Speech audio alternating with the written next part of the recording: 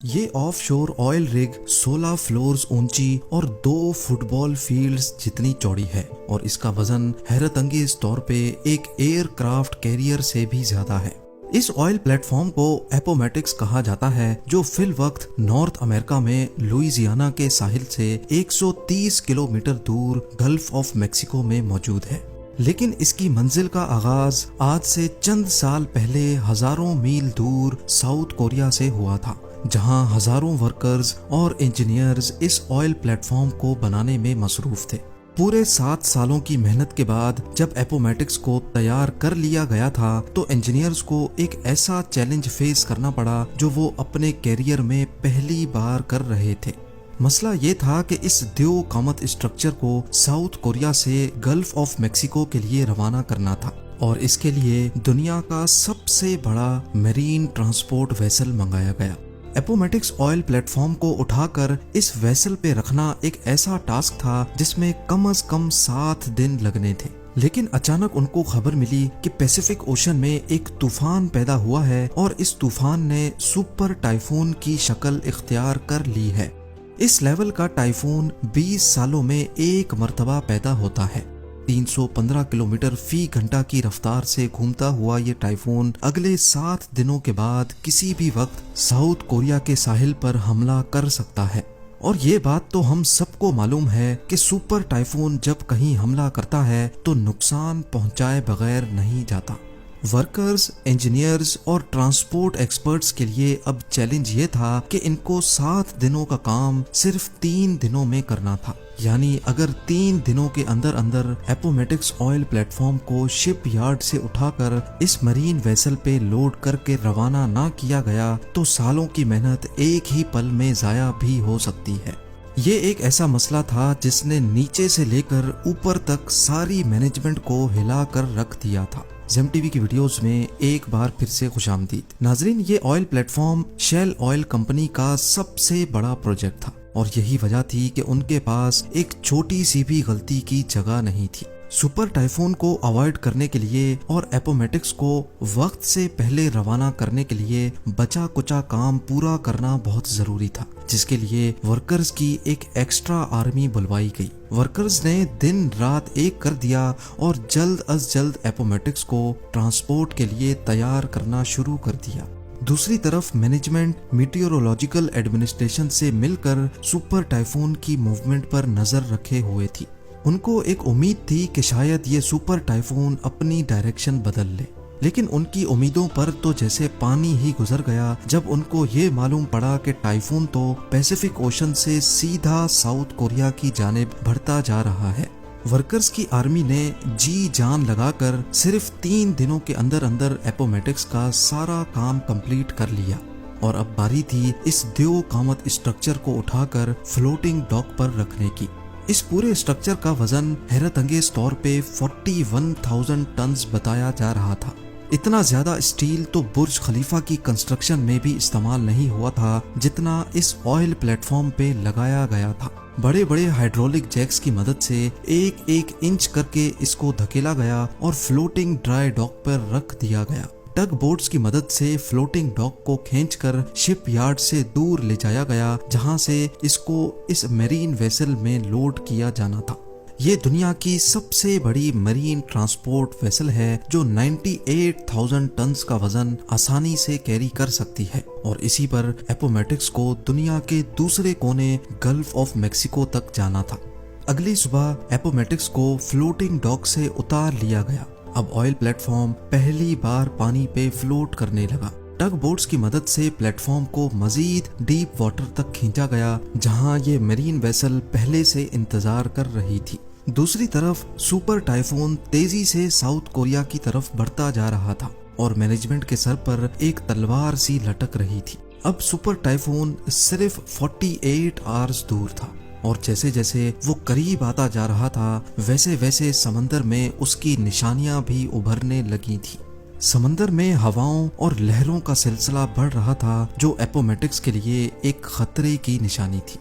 اگلا لمحہ بہت زیادہ نازک تھا۔ آئل پلیٹ فارم کو ویسل پہ لوڈ کرنا بہت ہی کمپلیکیٹڈ کام ہوتا ہے۔ اس کے لیے پہلے ویسل اپنے اندر موجود واٹر ٹینکس میں پانی انٹیک کرتی ہے، جس کی وجہ سے وہ پانی کے اندر چلی جاتی ہے۔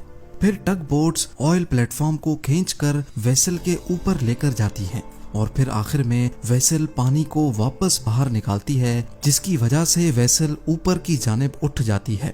لیکن یہ کام اتنا آسان بھی نہیں ہوتا ہے جتنا آپ نے اس اینیمیشن میں دیکھا۔ اس کام کے لیے سمندر کا پرسکون ہونا بہت ضروری ہوتا ہے، کیونکہ اگر لہروں میں یہ کام کیا گیا تو ایپومیٹکس صحیح الائنمنٹ میں ویسل کے اوپر نہیں لوڈ ہو پائے گا، اور یہ چیز ویسل اور ایپومیٹکس دونوں کے لیے خطرناک ہو سکتی ہے۔ سپر ٹائفون کی وجہ سے سمندر میں کافی تیزی تھی، لہروں اور تیز ہواؤں کی وجہ سے یہ کام کرنا ممکن نہیں تھا۔ دوسری جانب وقت بڑی تیزی سے گزرتا جا رہا تھا اور ساری ٹیم کا اسٹریس لیول کافی زیادہ ہو چکا تھا۔ خوش قسمتی سے میٹیورولوجیکل ڈپارٹمنٹ کی جانب سے ٹیم کو اگلی صبح صرف 2 گھنٹے کا وقت دیا گیا، جس میں چانسز تھے کہ سمندر پرسکون رہے گا۔ ان 2 گھنٹوں میں اگر یہ کام نہ کیا گیا تو پھر اس کے بعد اور کوئی چانس نہیں مل پائے گا۔ سپر ٹائفون اب صرف 36 گھنٹے دور تھا۔ صبح سویرے جیسے بتایا گیا تھا، سمندر پوری طرح سے پرسکون تھا۔ پہلی فرصت میں آئل پلیٹ فارم کو ویسل کے اوپر کھینچ کر لایا گیا اور ویسل نے اس کو پانی سے نکال کر اپنے اوپر لوڈ کر لیا۔ سپر ٹائفون سے کئی گھنٹے پہلے ایپومیٹکس آخر کار ساؤتھ کوریا کو الوداع کرنے میں کامیاب ہو چکا تھا۔ شیل نے اپنے آئل پلیٹ فارم کو سپر ٹائفون سے بچا کر پہلا چیلنج تو کمپلیٹ کر لیا تھا، لیکن اس کا مطلب یہ نہیں کہ اب آگے اور کوئی چیلنج نہیں آنے والا۔ کئی مہینوں کے سفر کے بعد ساؤتھ ٹیکسس میں آئل پلیٹ فارم کو دوبارہ ان لوڈ کیا گیا، کیونکہ 4 ماڈیولز ایسے تھے جن کو یہاں پر مینوفیکچر کیا جا رہا تھا۔ ماڈیولز کو ایک ایک کر کے پلیٹ فارم پہ فٹ کیا گیا اور ایک بار پھر سے اس کو 130 کلومیٹر دور اپنی منزل کے لیے روانہ کیا گیا، جہاں اس کو اگلے 40 سالوں تک رہنا تھا۔ پورے 7 سالوں کی محنت کے بعد آخر کار اب وہ گھڑی آ چکی تھی جب ایپومیٹکس کو 30,000 فیٹ نیچے آئل ویل کے ساتھ کنیکٹ کرنا تھا۔ جس جگہ ایپومیٹکس پانی میں فلوٹ کر رہا ہے، یہاں سمندر کا باٹم 7,400 فیٹ ڈیپ ہے۔ یہ اتنی زیادہ گہرائی ہے کہ اس میں لگ بھگ 3 برج خلیفہ فٹ آ سکتے ہیں، لیکن جس آئل ویل سے ایپومیٹکس کو کنیکٹ کرنا تھا وہ حیران کن طور پہ اس گہرائی سے بھی مزید 22,600 فیٹ نیچے تھی۔ سمندر کی اتنی گہرائی میں پانی کا پریشر بہت زیادہ ہوتا ہے، جہاں پر کسی انسان کا جانا اور پھر وہاں کوئی مشن انجام دینا امپاسبل ہوتا ہے۔ لہٰذا سمندر کے باٹم پہ آئل ویل کی اوپننگ کے ساتھ ایپومیٹکس کو کنیکٹ کرنے کے لیے remotely operated under water vehicle کو استعمال کرنے کا فیصلہ کیا گیا۔ انسٹالیشن کریو جو کہ ایک الگ پلیٹ فارم سے انڈر واٹر پائپ لائنز کو انسٹال کر رہا تھا، انہوں نے ROV کو کرین کی مدد سے سمندر کے اندر بھیجا۔ یہ ایک بہت ہی کمپلیکیٹڈ کام ہوتا ہے جس میں پائپ لائن کو ٹھیک آئل ویل کی اوپننگ کے اوپر جا کر لینڈ کرانا ہوتا ہے۔ 7,400 فیٹ نیچے یہ کام اتنی ایکوریسی سے انجام دینے کا کنٹرول اوپر بیٹھے ROV آپریٹر کے ہاتھ میں ہوتا ہے، جو کسی ویڈیو گیم کی طرح یہ مشن پرفارم کر رہا ہوتا ہے۔ خوش قسمتی سے یہ کام پہلی باری میں ہی کر لیا گیا۔ اب باری تھی پائپ کو انسٹالیشن پلیٹ فارم سے ایپومیٹکس تک ٹرانسفر کرنے کی۔ اس پروسیس کو رائزر ٹرانسفر کہا جاتا ہے، جس میں 4 الگ الگ ویسلز ایک ساتھ کام کرتی ہیں۔ پہلے ایپومیٹکس میں سے ایک چین نکالی گئی، پھر ROV نے یہ چین لے کر دوسری شپ تک پہنچائی۔ اس شپ سے یہ چین دوسرے پلیٹ فارم نے کھینچ لی اور پھر آخر میں ایپومیٹکس سے اس چین کو کھینچ کر پائپ کو اپنی طرف کر لیا گیا۔ اس کے بعد شروع کیا گیا ڈرلنگ کا کام۔